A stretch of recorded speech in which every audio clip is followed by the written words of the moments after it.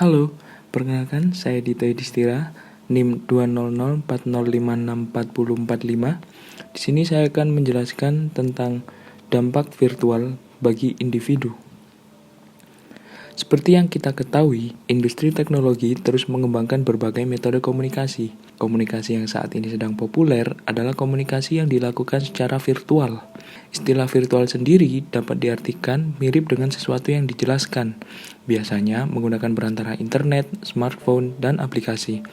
Secara sederhana, dapat dikatakan bahwa virtual adalah segala komunikasi yang dilakukan secara maya untuk terhubung dengan lawan bicara. Tidak hanya mengandalkan internet, ruang komunikasi virtual adalah aplikasi, ruang untuk melakukan banyak tipe komunikasi, entah itu teks, suara, video, dan berbagai panggilan lainnya. Salah satu hasil pengembangan metode virtual ini adalah sosial media. Hasil survei yang dilakukan oleh Asosiasi Penyelenggara Jasa Internet Indonesia atau APJII mengenai ekosistem device network and apps di Indonesia mengatakan bahwa 95% responden memasang aplikasi media sosial di smartphone mereka. Dua aplikasi media sosial terbanyak yang dipasang adalah Instagram dan Facebook. Sosial media saat ini seakan telah menjadi satu bagian yang tidak dapat dipisahkan dari keseharian kita. Bangun tidur cek sosial media, makan sambil scrolling sosial media, bahkan ketika kita bosan, kita buka sosial media. Disadari atau tidak, sosial media telah memberikan dampak bagi individu. Dikutip dari situs halodoc.com, orang-orang yang menghabiskan waktu paling banyak di sosial media terbukti memiliki tingkat depresi yang signifikan. Salah satu alasan kenapa hal ini dapat terjadi adalah banyaknya waktu yang digunakan untuk mengakses sosial media daripada bertemu dan berinteraksi secara langsung. Beberapa ahli menilai hubungan secara daring ini kurang memuaskan dari sisi emosional, sehingga dapat meningkatkan depresi ketika seseorang merasa terisolasi secara sosial. Semakin sedikit seseorang terhubung dengan manusia lain secara mendalam dan empatik, maka semakin sedikit pula mendapat manfaat dari interaksi sosial. Hal serupa juga disampaikan oleh Prof. Siswanto Agus, seorang pakar kesehatan masyarakat dalam acara Pre-Convention on Depression and Culture, The Untold Story. Pada tahun 2018, ia memaparkan bahwa melalui media sosial, akses terhadap informasi masuk terlalu banyak. Hal tersebut memiliki dampak buruk pada kondisi psikologis yang dapat menyebabkan stres. Salah satu sumber tekanan dari media sosial yang ia maksud berkaitan dengan pemahaman terhadap gambaran diri atau body image, yang kini banyak konten-konten di sosial media dijadikan sebagai standar nilai sosial, terutama yang berkaitan dengan penampilan. Sosiolog Erving Goffman melalui teori dramaturginya menjelaskan bahwa dalam kegiatan interaksi satu sama lain, sama halnya dengan pertunjukan sebuah drama. Manusia diibaratkan mempunyai dua panggung, yaitu panggung depan dan panggung belakang. Panggung depan merupakan tempat di mana seorang aktor berperan menjadi sosok yang diinginkan dan diharapkan oleh audiens. Atau dalam kata lain, mereka akan bersikap dan berperilaku sesuai dengan standar ideal yang telah diciptakan. Sedangkan panggung belakang adalah tempat personal bagi individu yang jarang ditunjukkan di depan publik. Sayangnya, seringkali yang ada di media sosial adalah sesuatu yang tampak sempurna. Jarang sekali ditemukan ketidaksempurnaan dalam media sosial. Standar-standar yang muncul seperti inilah yang seringkali menimbulkan tekanan pada seseorang untuk menampilkan diri mereka sedemikian rupa sesuai dengan apa yang ia lihat di media sosial, dan membuat mereka kehilangan kepercayaan diri jika tidak mampu memenuhi standar tersebut. Simon Sinek dalam wawancaranya mengatakan bahwa the other problem to compound it is we're growing up in a Facebook, Instagram world. In other words, we're good at putting filters on things. We're good at showing people that life is amazing even though I'm depressed.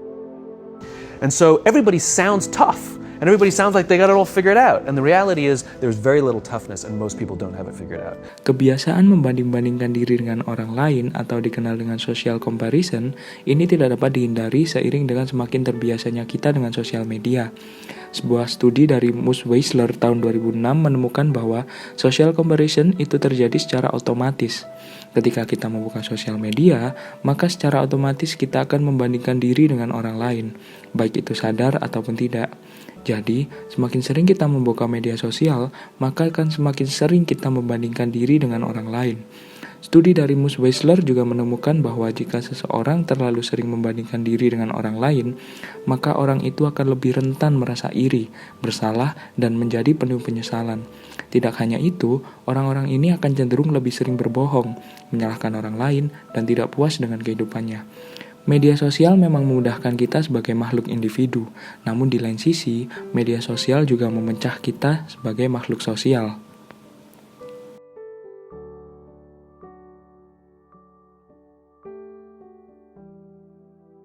Dikutip dari situs Addiction Center, sosial media dapat menyebabkan efek kecanduan yang sama dengan mengonsumsi alkohol. Hal ini dapat terlihat dari pengakuan orang-orang yang mencoba berhenti sementara dari sosial media sebagai berikut. Sejak 2016, saya bereksperimen, pelan tapi pasti, menarik diri dari media sosial. Pada 2019, saya menjalankan eksperimen paling drastis, puasa medsos selama sebulan penuh. Seperti seorang pecandu yang lepas dari candunya, di minggu pertama tanpa medsos, jari-jari saya galau dan pikiran saya kalut.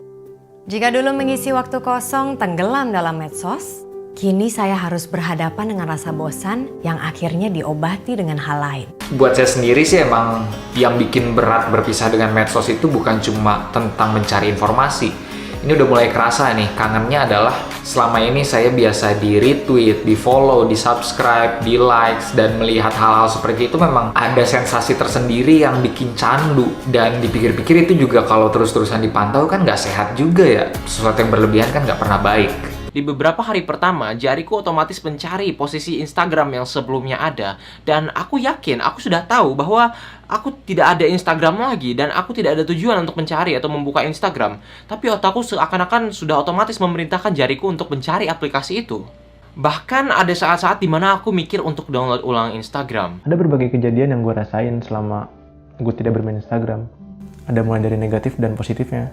Negatifnya itu ya awalnya doang gue kayak ngerasa bisa gak sih gue tanpa Instagram gitu. Gue udah merasa cemas, terus gue cemas lagi karena gue takut nggak bisa tanpa Instagram gitu.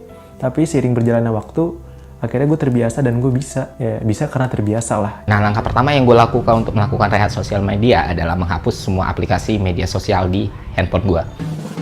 Hari pertama adalah hari yang paling berat.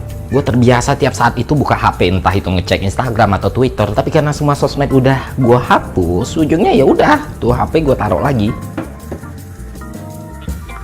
Dari hari pertama aja gue udah sadar kalau ternyata selama ini gue mengalami gejala fear of missing out or FOMO.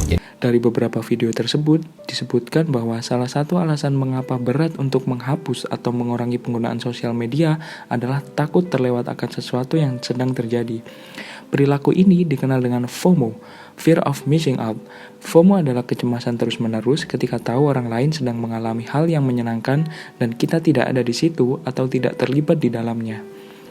Demi menghilangkan perasaan ini, seseorang bisa meninggalkan apa yang sedang dia lakukan dan menghabiskan lebih banyak waktu di media sosial demi mendapatkan perasaan partisipasi. FOMO membuat kita lebih berfokus pada sesuatu yang ada di luar sana daripada sepenuhnya hadir dalam pengalaman di depan mata. Menurut The School of Life, terdapat dua cara pandang dalam memandang fenomena ini, yaitu romantik dan klasik. Bagi orang romantik, rasa ketertinggalan adalah suatu kesiksaan yang menyakitkan. Menurutnya, di luar sana terdapat sebuah tempat berisi orang-orang berkelas menjalani hidup. Orang romantik akan sangat bahagia ketika ia menjadi bagian dari itu. Bekerja di perusahaan terpandang, berteman dengan orang-orang terpilih, hingga berlibur di tempat-tempat eksklusif. Orang dengan tipe ini menganggap mereka yang bekerja di kota kecil atau menikmati liburan dengan cara sederhana adalah orang yang membosankan. Sehingga orang romantik cenderung menghindari mereka yang tidak terlihat glamor ataupun berkelas. Mereka lebih rentan terhadap FOMO. Yang kedua, orang klasik. Kebalikan dari orang dengan tipe romantik, tipe ini tidak menganggap sebuah kemewahan adalah sesuatu yang memukau. Mereka sadar bahwa kualitas dapat hadir pada orang-orang yang terlihat biasa. Kualifikasi akademis tidak selalu berhubungan dengan kecerdasan seseorang. Orang terkenal juga dapat membosankan, serta orang yang tidak terkenal juga dapat menjadi orang yang luar biasa. Namun, mereka tetap memiliki resiko untuk menjadi FOMO, namun dengan jenis yang berbeda. Mereka takut melewatkan kesempatan untuk mengenal diri, mengenal orang tua, dan menghargai kekuatan alam dalam menenangkan hati. Menurut penelitian, FOMO rentan terjadi pada mereka yang merasa kesepian, terisolasi, serta mempunyai pandangan buruk pada diri sendiri. FOMO berdampak negatif pada suasana hati dan tingkat kepuasan hidup. Sebelum mengakhiri penjelasan kali ini, saya akan menampilkan sebuah kutipan dari film dokumenter The Social Dilemma, yaitu, "Maka dari itu, sebaiknya kita mulai menggunakan media sosial secara wajar." Memang, perkembangan teknologi bukanlah hal yang harus dihindari, namun kita juga tetap harus waspada dan mempunyai filter bagi diri sendiri dalam memanfaatkan teknologi. Jangan sampai kita yang malah dimanfaatkan oleh teknologi. Sekian dari saya, mohon maaf apabila ada salah kata. Terima kasih.